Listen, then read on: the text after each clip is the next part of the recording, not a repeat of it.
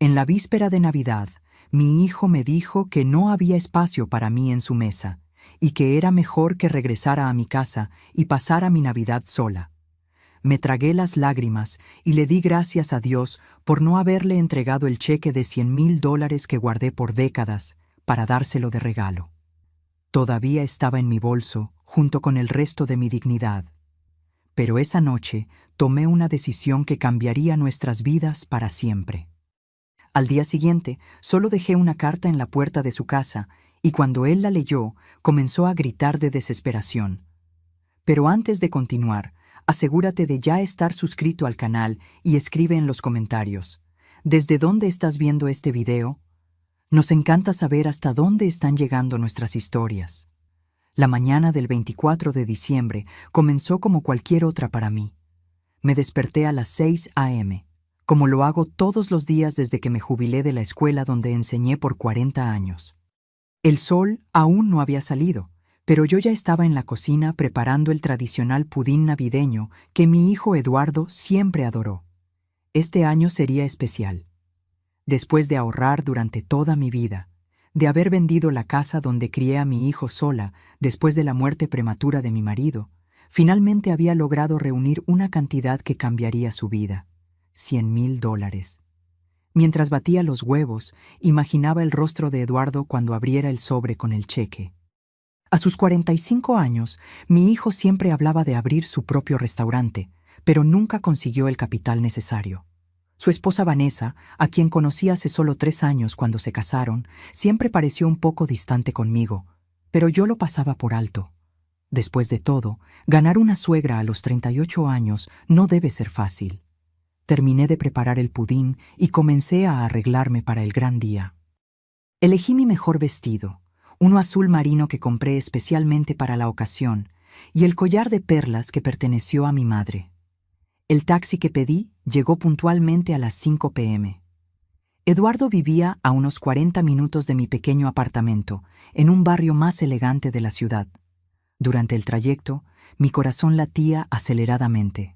En el bolso, además del sobre con el cheque, llevaba algunos regalos modestos para Vanessa y para sus padres, que también estarían presentes. Nunca los conocí personalmente, solo por fotos. Eduardo siempre decía que ellos eran personas muy importantes. Él, un empresario del sector inmobiliario. Ella, una abogada de renombre. Cuando el taxi se detuvo frente a la casa de mi hijo, me quedé momentáneamente sin aliento. Las luces de Navidad decoraban toda la fachada, y a través de las amplias ventanas podía ver el movimiento de varias personas, más invitados de lo que esperaba. Pagué al conductor y caminé lentamente hasta la puerta, cargando el pudín en una fuente especial y mi bolso con los obsequios. Toqué el timbre, acomodando nerviosamente el cabello gris que había arreglado con tanto cuidado en el salón esa mañana. La puerta se abrió y allí estaba Eduardo. Su rostro, normalmente acogedor, parecía tenso. «Mamá», dijo, sin abrazarme como de costumbre. «No te esperábamos tan pronto». «Pero quedamos a las 6 p.m», respondí confundida. Eduardo miró hacia atrás, como si verificara quién podría oírnos, y luego dio un paso hacia afuera, cerrando parcialmente la puerta detrás de sí. «Mira, mamá, sucedió algo. Los padres de Vanessa trajeron algunos amigos de negocios importantes. La mesa ya está toda organizada y...» Dudó, evitando mi mirada. «No sobró lugar para ti». Sentí como si el suelo desapareciera bajo mis pies. «¿Cómo que no sobró lugar?», pregunté, mi voz casi un susurro. «Es que son personas muy importantes para mi carrera, mamá. Tú entiendes, ¿no? Iba a llamarte, pero terminé enredándome con los preparativos». Miró la fuente en mis manos. «¿Trajiste pudín? Puedo tomarlo. A Vanessa le encantará servirlo a los invitados». En ese momento oí risas provenientes del interior de la casa. Voces alegres, copas tintineando, música navideña de fondo. «Eduardo». Intenté mantener la compostura, aunque sentía mis ojos humedecerse. «Yo soy tu madre». «Lo sé, mamá, lo sé», respondió con impaciencia. «Pero no querrás arruinar esta noche importante para mí, ¿verdad? Podemos celebrar otro día, solo nosotros dos, lo prometo». Antes de que pudiera responder, la puerta se abrió completamente y Vanessa apareció, deslumbrante en un vestido rojo. «Ah, doña Elena, qué sorpresa», dijo, con una sonrisa falsa. Luego miró a Eduardo con una expresión de alarma. «Cariño, mis padres están preguntando por ese vino especial». «Ya voy», respondió Eduardo rápidamente, pareciendo aliviado por la interrupción. Se volteó hacia mí. «Mamá, lo siento mucho de verdad, pero no va a ser posible hoy. Mejor pasa la Navidad en tu casa. Te llamo mañana, ¿está bien?» Extendió las manos y tomó la fuente con el pudín. Vanessa ya se había dado la vuelta y había entrado de nuevo. «Feliz Navidad, mamá», dijo, y antes de que pudiera responder, cerró la puerta. Me quedé allí parada, mirando la puerta cerrada, sintiendo el frío de la noche de diciembre penetrar mis huesos. A través de la ventana vi a mi hijo entregar el pudín a Vanessa, quien lo colocó en la mesa bellamente decorada. Alrededor de ella, personas bien vestidas conversaban animadamente. En el centro de la sala, un árbol de Navidad enorme, mucho más lujoso que cualquiera que pude darle a mi hijo durante su infancia. Di unos pasos hacia atrás, aturdida, cuando oí a alguien comentar lo suficientemente alto como para que el sonido atravesara la ventana. «¿Quién era en la puerta, Eduardo?» «Nadie importante», respondió mi hijo, sirviendo vino en copas de cristal. Yo no era nadie importante para él. El camino de regreso a casa fue un borrón. No recuerdo haber llamado otro taxi, solo haber caminado algunas cuadras en estado de shock hasta encontrar uno. El conductor preguntó si estaba bien. Quizás mi rostro delataba mi devastación, pero solo murmuré una dirección y me recogí en el silencio. Nadie importante. Las palabras de mi hijo resonaban en mi mente, cada repetición como una puñalada. Después de 45 años, después de todos los sacrificios, después de haber criado a ese hombre sola, yo no era importante. El taxi se detuvo frente a mi pequeño edificio. Pagué la carrera y bajé, sintiendo el peso de mis 70 años como nunca antes. Subí las escaleras lentamente. El ascensor estaba roto hacía semanas, y cuando finalmente abrí la puerta de mi apartamento, la oscuridad y el silencio me recibieron como viejos amigos. No encendí las luces inmediatamente. Preferí sentarme en la penumbra, solo con la iluminación que venía de la calle a través de la ventana. Mi árbol de Navidad, pequeño y modesto, estaba en la esquina de la sala, con algunos pocos regalos debajo. Recuerdos para vecinos y ex colegas de trabajo. Ninguno para mí. Abrí mi bolso y saqué el sobre con el cheque. $100,000. El resultado de décadas de ahorro, de almuerzos no comidos en restaurantes, de ropa no comprada, de viajes no realizados. Todo para que mi hijo pudiera realizar su sueño. Un sueño que, aparentemente, no me incluía. Fue entonces cuando algo dentro de mí cambió. El dolor inicial dio paso a una claridad que yo nunca había experimentado. Por toda mi vida puse a los demás por delante de mí, especialmente a Eduardo. Cuando su padre murió, cuando él tenía apenas 8 años, me prometí a mí misma que haría todo lo posible para que no sintiera falta de nada. Trabajé en 2 empleos, ahorré cada centavo posible, renuncié a mi propia vida. ¿Y para qué? Para ser descartada como un objeto sin valor en la noche de Navidad. Caminé hasta el pequeño escritorio en la esquina de la sala y encendí la lámpara de mesa. Saqué una hoja de papel y un bolígrafo. Las palabras fluyeron como si tuvieran vida propia. Querido Eduardo, durante 45 años fuiste el centro de mi universo. Cada decisión que tomé, cada sacrificio que hice, fue pensando en ti. Cuando tu padre nos dejó, prometí que nunca sentirías falta de nada, y dediqué mi vida a cumplir esa promesa. Esta noche iba a darte un regalo, el fruto de toda una vida de trabajo y ahorro. $100,000 para que pudieras finalmente abrir tu restaurante. Pero me di cuenta, parada en tu puerta mientras me decías que no había espacio para mí, que dinero alguno puede comprar el respeto y el amor que un hijo debería sentir naturalmente por su madre. Nadie importante, dijiste. Y quizás tengas razón. quizás realmente no sea importante. No para las personas importantes que ahora forman parte de tu vida. Junto a esta carta está un aviso formal de desalojo. La casa donde vives con tu esposa, como sabes, está a mi nombre. Siempre lo estuvo. La compré pensando en tu futuro, pero ahora me doy cuenta de que fue uno más de los muchos sacrificios que hice por alguien que no me valora. Tienes 30 días para desocupar la propiedad. No habrá prórroga. No sirve de nada contratar abogados. Todos los documentos están en orden. La propiedad es legalmente mía. Cuando dijiste que no había espacio para mí en tu mesa de Navidad, yo decidí que ya no habría espacio para ti en mi casa. Irónico, ¿no? El dinero que guardé para ti, sumado al valor de la venta de esta propiedad, será usado para algo que nunca me permití: vivir mi propia vida. Voy a viajar, conocer lugares que siempre soñé, hacer cosas que pospuse por décadas mientras ponía tus necesidades por delante de las mías. No me busques, no intentes contactarme.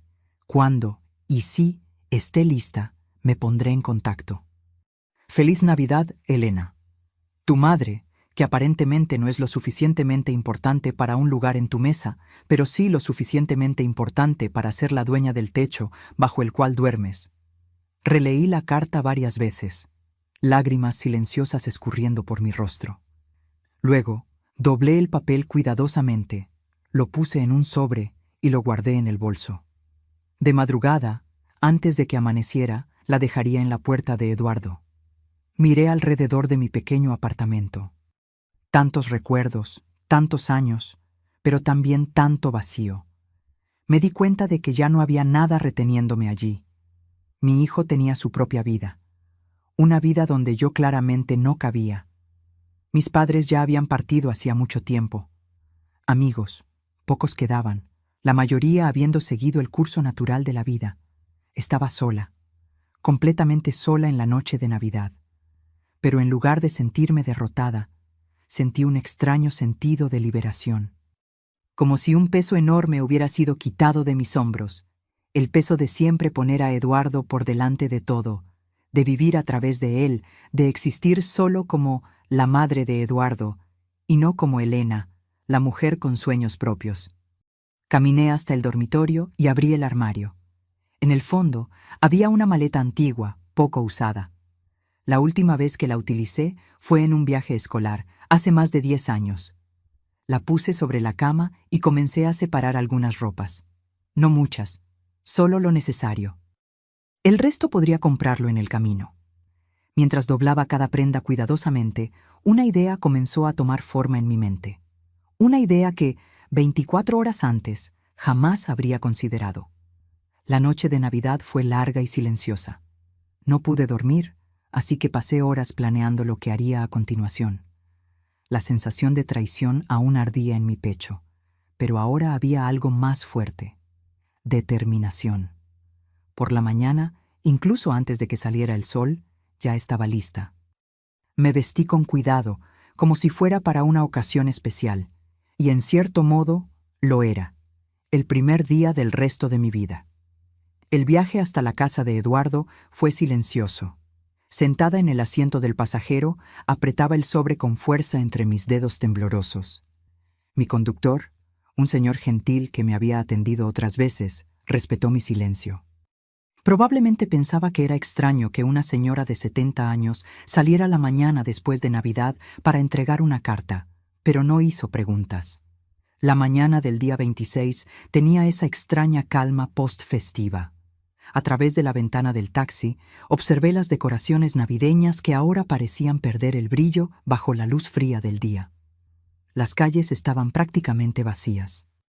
Cuando llegamos frente a la casa de Eduardo, o mejor dicho, de la casa que yo había comprado años atrás y permitido que él habitara, noté que todavía había 2 autos extras en la entrada.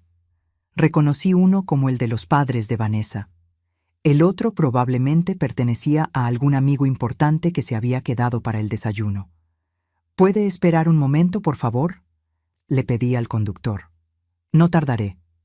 Salí del auto sosteniendo el sobre con manos temblorosas. En él, además de la carta explicando mi decisión de partir, había un documento oficial, Un aviso de desalojo. La casa donde mi hijo vivía con su esposa estaba a mi nombre. Siempre lo estuvo. Una inversión que hice pensando en su futuro, pero que ahora usaría como instrumento de mi liberación y quizás de la lección más dura que él jamás recibiría. No dormí la noche entera. Sus palabras resonaban en mi mente. No hay espacio para ti. La imagen de mi pudín siendo llevado adentro mientras la puerta se cerraba frente a mí. Nadie importante, había dicho. Aquellas palabras quemaban como hierro al rojo vivo. Caminé lentamente hasta la puerta, sintiendo el peso de mis 70 años y de todas las decisiones que me habían traído hasta aquí. Con cuidado, coloqué el sobre bajo el felpudo de bienvenida, dejando solo una pequeña parte visible. Toqué el timbre y me di la vuelta para volver al taxi. No quería ver su rostro, ni el de Vanessa, ni el de los invitados importantes que habían tomado mi lugar. Volví al taxi, pero le pedí al conductor que esperara un poco más. «Señora, ¿está todo bien?», preguntó, notando mi agitación. «Sí», respondí, pero mi voz traicionó la emoción contenida. «Solo quiero asegurarme de que recojan la carta». Pasaron algunos minutos. Comencé a pensar que quizás debería irme, que podría dejar que mi abogado se encargara del resto. Pero entonces la puerta se abrió. Eduardo apareció, todavía en bata, probablemente para buscar el periódico. Se agachó, notó el sobre y lo tomó con una expresión de confusión. Lo abrió todavía en el porche, sacó los papeles de dentro y comenzó a leer. Vi el cambio en su rostro como si asistiera a una película en cámara lenta. Primero la confusión, luego la incredulidad y finalmente el shock y la rabia.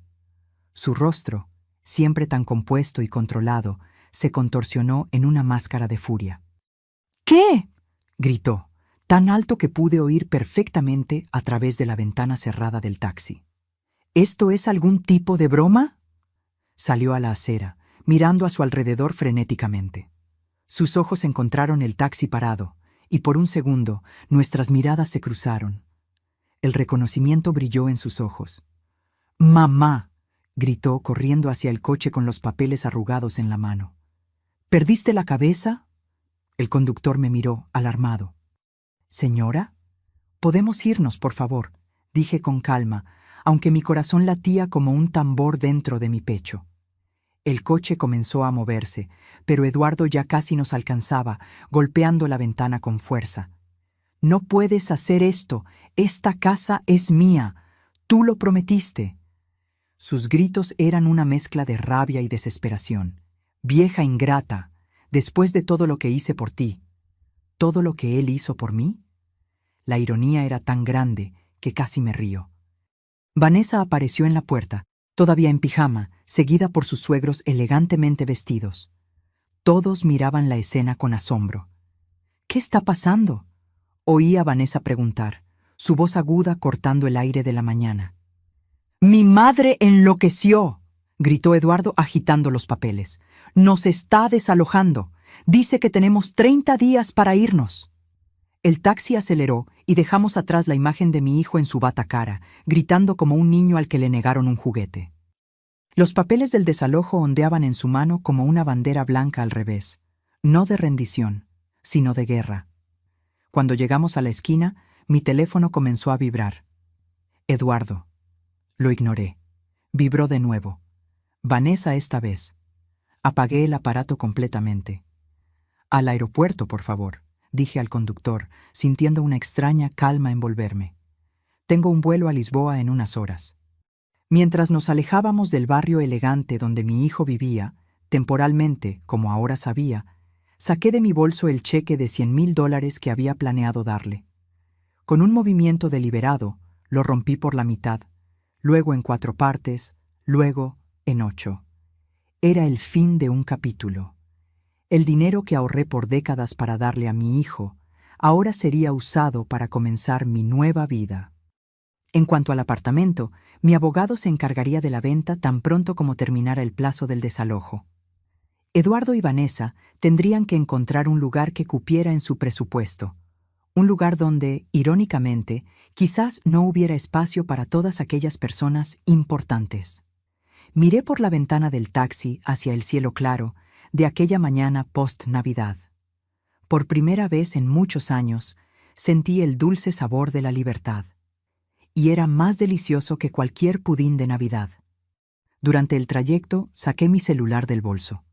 Tenía solo 4 contactos frecuentes: Eduardo, mi vecina Marta, mi amiga de mucho tiempo con Seisao y el delivery de comida china que ocasionalmente pedía. Apagué el aparato y lo guardé de nuevo. A partir de ese momento, estaría incomunicable. En el aeropuerto, me dirigí al primer mostrador de aerolíneas que encontré. Una joven dependienta me sonrió. «Buenos días, señora. ¿En qué puedo ayudarla?» «Quiero comprar un pasaje para el primer vuelo disponible», respondí. «¿A dónde desea ir, señora?» Dudé por un segundo. «A cualquier lugar, lejos de aquí». La dependienta pareció confundida por un momento, pero luego su sonrisa se amplió. «Tenemos un vuelo a Lisboa saliendo en 2 horas. Todavía hay asientos disponibles». «Lisboa», repetí, casi para mí misma. De joven siempre soñé con conocer Portugal, la tierra de mis abuelos. Parecía apropiado comenzar mi nueva jornada desde allí. «Perfecto, lo tomaré». Mientras la dependienta procesaba mi compra, miré a mi alrededor. Familias volviendo a casa después de las festividades, parejas de la mano, niños corriendo excitados. Y yo, una señora de 70 años, a punto de embarcarme en la mayor aventura de mi vida, completamente sola. Debería estar asustada, pero extrañamente me sentía en calma. Quizás era la certeza de estar haciendo lo correcto, o quizás era solo el alivio de finalmente ponerme en primer lugar después de tantas décadas. Con el pasaje en mano y la pequeña maleta despachada, pasé por el control de seguridad y me dirigí a la puerta de embarque. Mientras esperaba, me permití pensar en Eduardo. ¿Estaría despierto ahora? ¿Habría encontrado mi carta? ¿Qué pensaría al no poder contactarme? Una parte de mí quería que sufriera, que sintiera al menos una fracción del dolor que me causó. Pero otra parte, la parte que siempre sería madre, esperaba que mi ausencia lo hiciera reflexionar y crecer como persona. El anuncio del embarque interrumpió mis pensamientos. Me levanté, me ajusté el abrigo y caminé hacia el avión que me llevaría lejos de todo lo que conocía. Cuando encontré mi asiento junto a la ventana, me acomodé y respiré hondo. Miré por última vez el aeropuerto de la ciudad donde pasé toda mi vida, donde crié a mi hijo, donde enterré a mi marido, donde enseñé a generaciones de alumnos. El avión comenzó a rodar y sentí una lágrima solitaria escurrir por mi rostro. No era una lágrima de tristeza, sino de despedida, de cierre de un capítulo. Cuando finalmente despegamos, sentí una extraña paz apoderarse de mí. Mientras la ciudad se hacía cada vez más pequeña debajo de nosotros, pensé en el cheque de $100,000 en mi bolso. El dinero que por tanto tiempo destiné a Eduardo ahora sería usado para mi propia felicidad. Una felicidad tardía, es cierto, pero aún así, mía. Lisboa sería solo el comienzo. Después, quién sabe, París, Roma, Atenas, todos los lugares que siempre soñé conocer, pero nunca me permití por estar siempre priorizando los sueños de mi hijo. Cerré los ojos y por primera vez en muchos años sonreí genuinamente. El futuro era incierto, pero era mío, solamente mío. Lisboa me recibió con un cielo azul sorprendentemente claro para un día de invierno. Cuando salí del aeropuerto, el aire fresco llenó mis pulmones con una sensación de renovación. Tomé un taxi hasta el hotel que había reservado durante el vuelo, un pequeño establecimiento familiar en el corazón del barrio de Alfama. La recepcionista, una señora unos años más joven que yo, sonrió al verme llegar. ¿Primera vez en Lisboa?, preguntó mientras registraba mi llegada. «Primera vez en cualquier lugar fuera de mi país», respondí honestamente. Me miró con una expresión de sorpresa y luego su sonrisa se amplió. «Entonces es una ocasión muy especial. Le daré una habitación con vistas al río». Cuando entré en la habitación y abrí las cortinas, me quedé sin aliento. El río Tajo se extendía majestuosamente frente a mí, reflejando la luz del sol como millones de diamantes bailando sobre la superficie. A lo lejos, el imponente puente 25 de abril recordaba vagamente al Golden Gate de San Francisco, que yo conocía solo por fotografías. Me senté en el pequeño sillón junto a la ventana, hipnotizada por la vista. Era como si toda la ciudad me diera la bienvenida, diciendo: «Tardaste, pero finalmente estás aquí». Esa noche me aventuré a salir sola. El barrio de Alfama, con sus calles estrechas y sinuosas, era un laberinto encantador.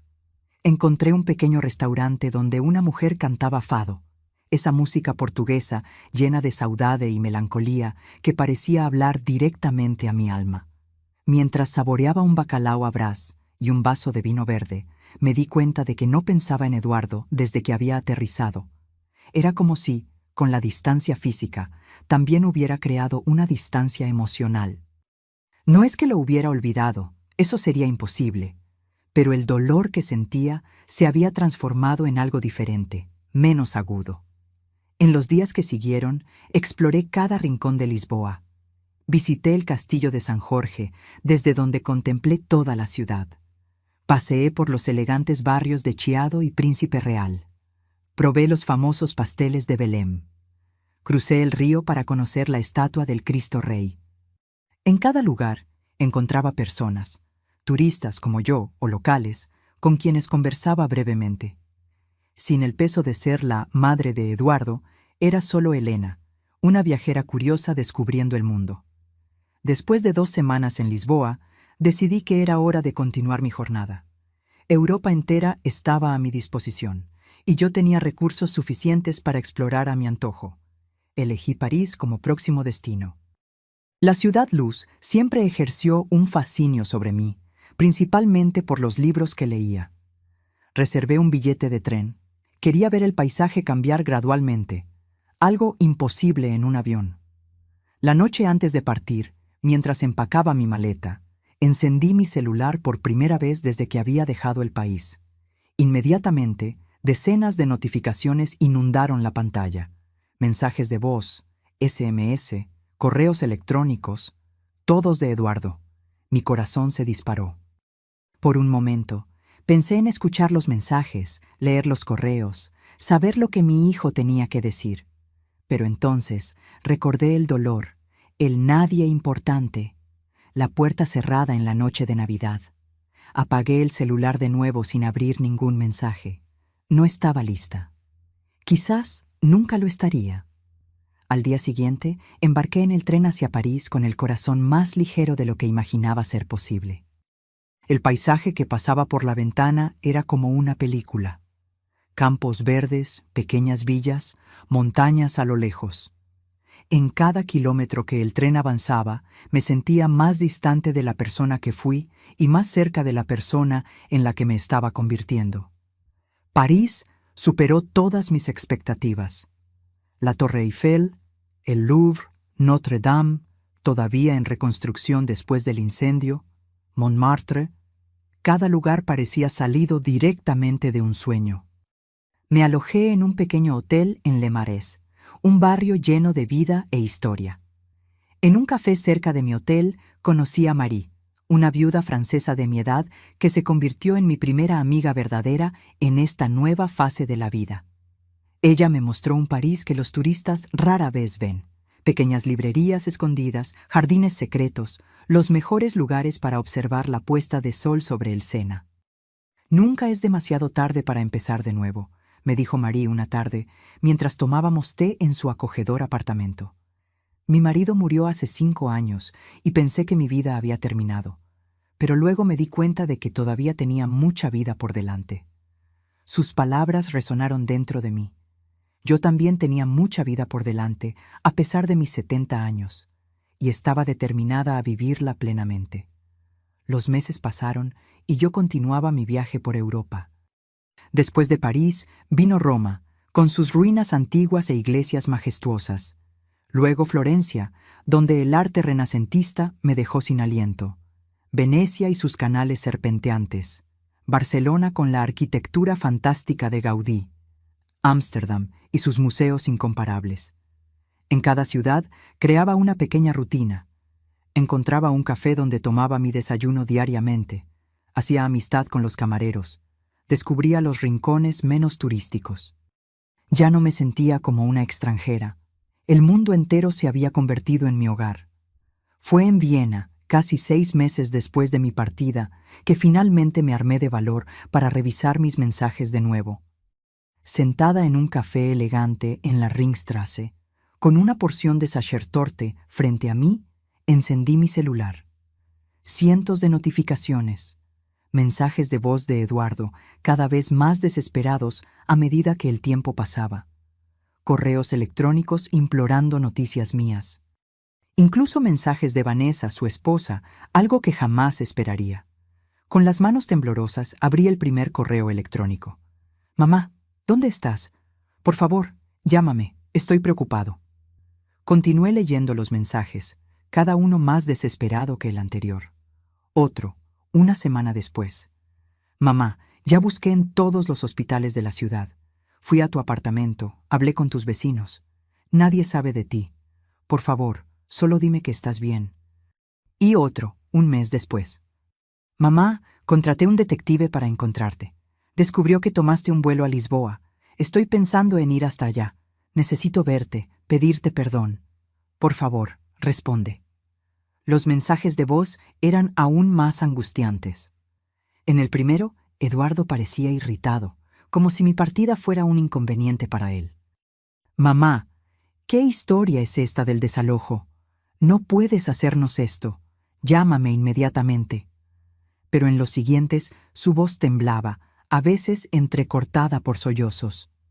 «Mamá, por favor, la inmobiliaria ya se puso en contacto. Vanessa está en pánico. Sus padres están furiosos conmigo. Dicen que yo debería haber puesto la casa a mi nombre, como si yo hubiera previsto que harías esto. Por favor, vamos a hablar». En otro mensaje, 2 semanas después, los abogados confirmaron: «La casa es totalmente tuya. No tenemos cómo impugnar. Estamos buscando otro lugar, pero es difícil encontrar algo con el mismo estándar con lo que gano en el restaurante. Vanessa está amenazando con volver a casa de sus padres. Mamá, te lo suplico, no nos hagas esto». El último mensaje era de apenas 3 días atrás. «Mamá, no sé si estás recibiendo mis mensajes. Quizás cambiaste de número, quizás me estás ignorando deliberadamente. No te culparía si fuera eso. Lo que hice la noche de Navidad fue imperdonable. Siempre puse a otras personas por delante de ti, amigos, Vanessa, sus padres. Creo que pensaba que siempre estarías ahí sin importar cómo te tratara. ¡Qué error tan terrible! Tuvimos que salir de la casa. Estamos viviendo en un lugar mucho más pequeño ahora. Vanessa no está soportando la situación y me pidió el divorcio. Dice que no se casó para vivir así. Sus padres prácticamente ya no me hablan. El restaurante no está yendo bien. Creo que tendré que venderlo. Mamá, si estás escuchando esto, quiero que sepas que te amo y que lo siento, más de lo que podría expresar con palabras». Lágrimas escurrían por mi rostro mientras escuchaba la voz de mi hijo. El camarero se acercó, preocupado, ofreciéndome un pañuelo. «¿Está usted bien?», preguntó en inglés vacilante. «Sí», respondí, secando las lágrimas. «Solo noticias de casa». Me quedé allí sentada por un largo tiempo, absorbiendo todo lo que había oído. Eduardo parecía sinceramente arrepentido, transformado por mi ausencia y por las consecuencias de sus actos. Una parte de mí sentía una satisfacción amarga. Finalmente estaba experimentando lo que significaba perder algo importante, así como yo perdí mi lugar en su vida aquella noche de Navidad. Pero otra parte de mí, aquella que siempre sería madre, sufría al imaginar su sufrimiento. No era eso lo que yo quería. No quería destruirlo, solo enseñarle una lección. Después de mucho reflexionar, decidí enviar un único correo electrónico. «Eduardo, estoy bien y segura. Pasé los últimos meses viajando por Europa, conociendo lugares con los que siempre soñé. Esta jornada ha sido transformadora para mí. Escuché tus mensajes y comprendo que estás pasando por momentos difíciles. En cuanto a la casa, mi decisión se mantiene. Será vendida, y el dinero será invertido en mi futuro.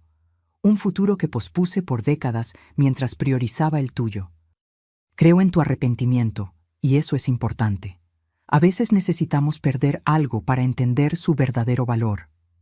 Tú me perdiste la noche en que me dijiste que no había espacio para mí en tu mesa, que yo no era importante. Yo perdí al hijo que creía haber criado, aquel niño sensible que creció bajo mis cuidados después de la muerte de su padre. Quizás, algún día, podamos reconstruir algo nuevo entre nosotros. No como antes. Esa relación terminó. Pero quizás algo más equilibrado, basado en respeto mutuo. Necesito más tiempo para mí. Cuando esté lista, me pondré en contacto de nuevo. Elena. Envié el correo electrónico y apagué el celular de nuevo.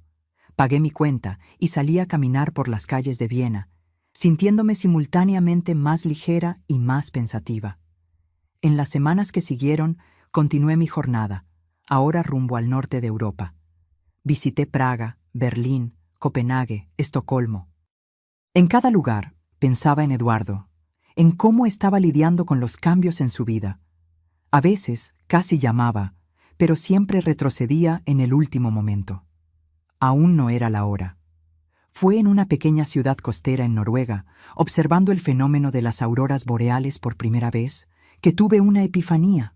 Las luces verdes y púrpuras bailaban en el cielo nocturno como espíritus ancestrales, creando un espectáculo de belleza indescriptible. En ese momento comprendí que el perdón, verdadero, profundo, incondicional, no era solo un regalo que damos a los demás, sino principalmente a nosotros mismos. Saqué mi celular del bolsillo y con dedos temblorosos por el frío y la emoción, llamé a Eduardo.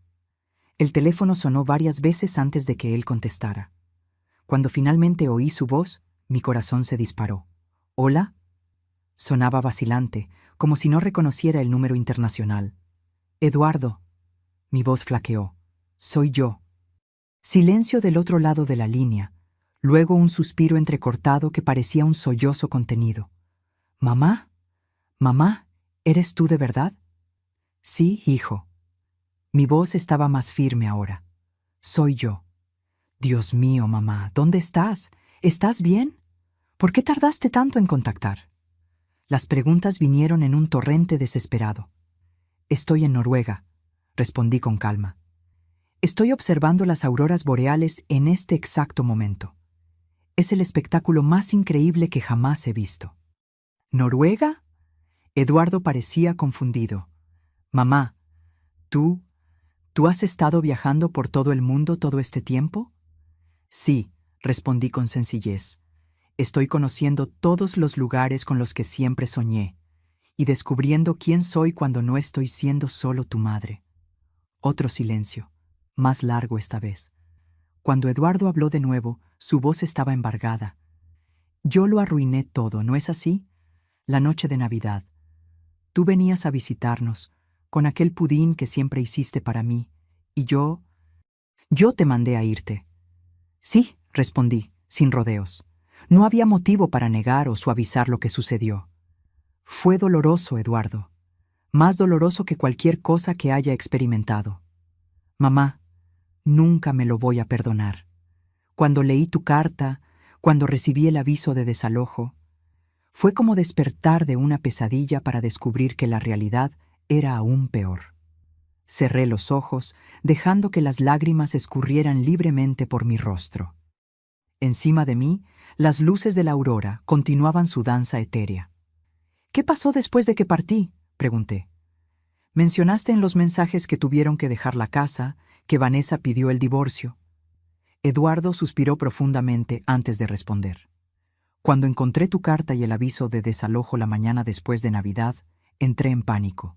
Verte partir en aquel taxi mientras yo gritaba fue humillante y aterrador al mismo tiempo.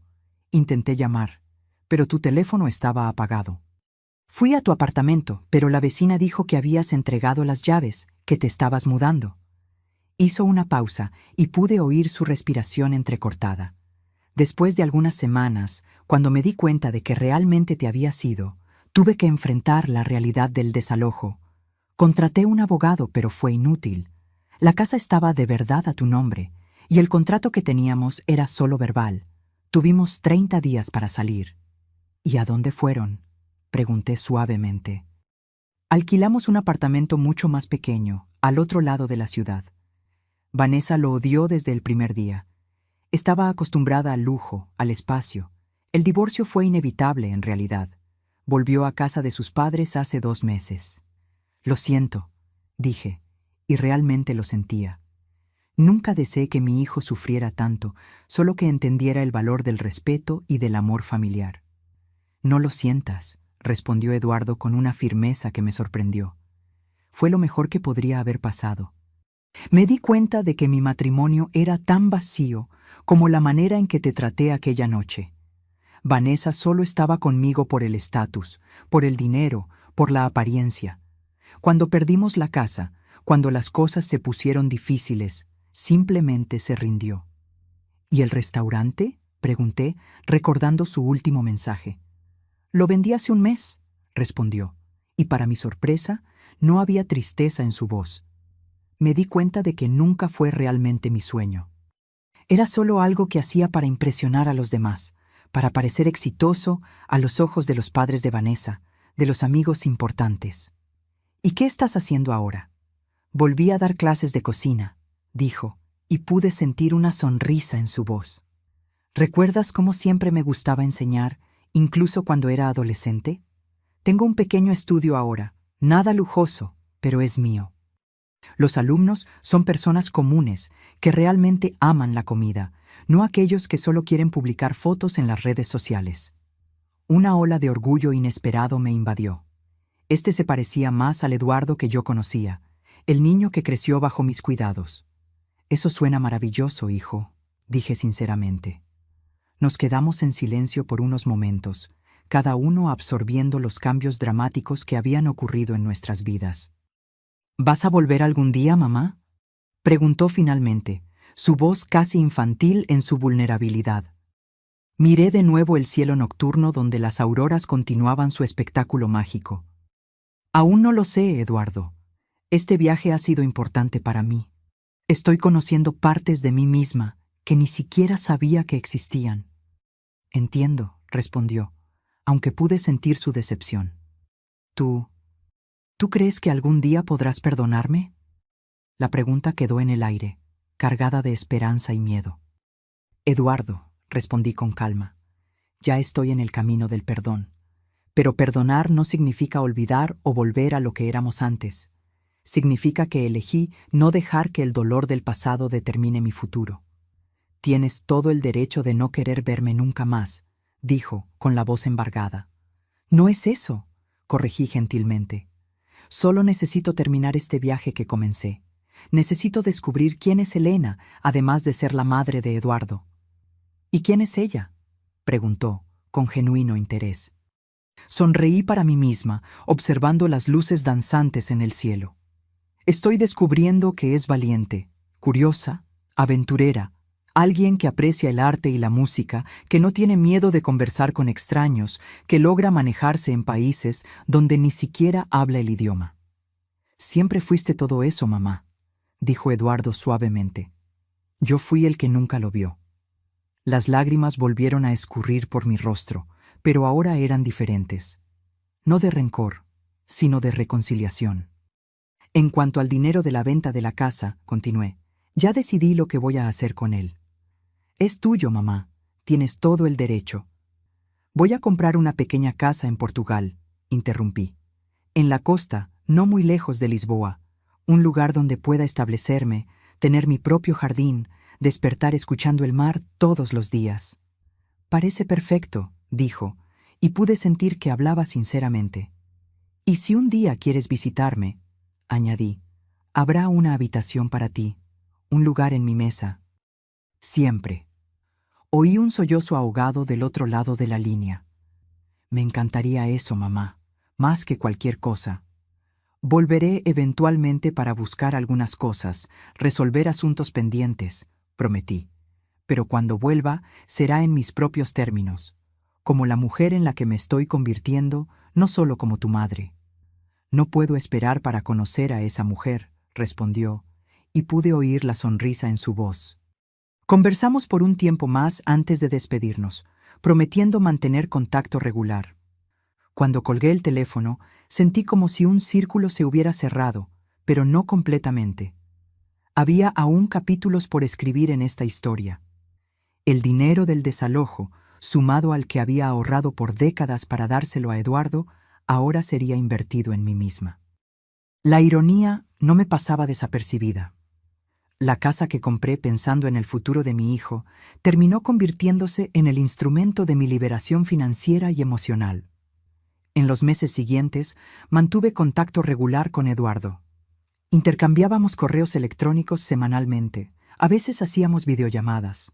Él me mostraba su pequeño estudio de cocina, los platos que estaba enseñando, contaba sobre sus alumnos. Yo compartía mis aventuras, los lugares que visitaba, las personas que conocía. Cuando finalmente encontré la casa perfecta en Portugal, una pequeña construcción de piedra con vistas al Atlántico, rodeada de olivos centenarios, le envié las fotos. Su respuesta me emocionó. Parece el lugar perfecto para ti, mamá, un nuevo comienzo. Espero que un día me invites a conocerlo. Quizás la próxima Navidad, prometo que esta vez habrá espacio de sobra para ti en la mesa. Sonreí al leer sus palabras. La próxima Navidad sería diferente. No la pasaría sola en una casa vacía, ni sería excluida de la mesa de mi hijo. Sería la primera Navidad de mi nueva vida, una vida que elegí para mí misma, donde yo no era solo la madre de alguien, sino Elena, una mujer íntegra, completa en sí misma. Y si Eduardo venía, como prometió, habría espacio para él.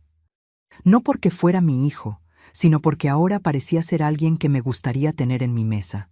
Alguien que aprendió a valorar no solo lo que las personas pueden ofrecer, sino quiénes son realmente. La lección había sido dura, para ambos.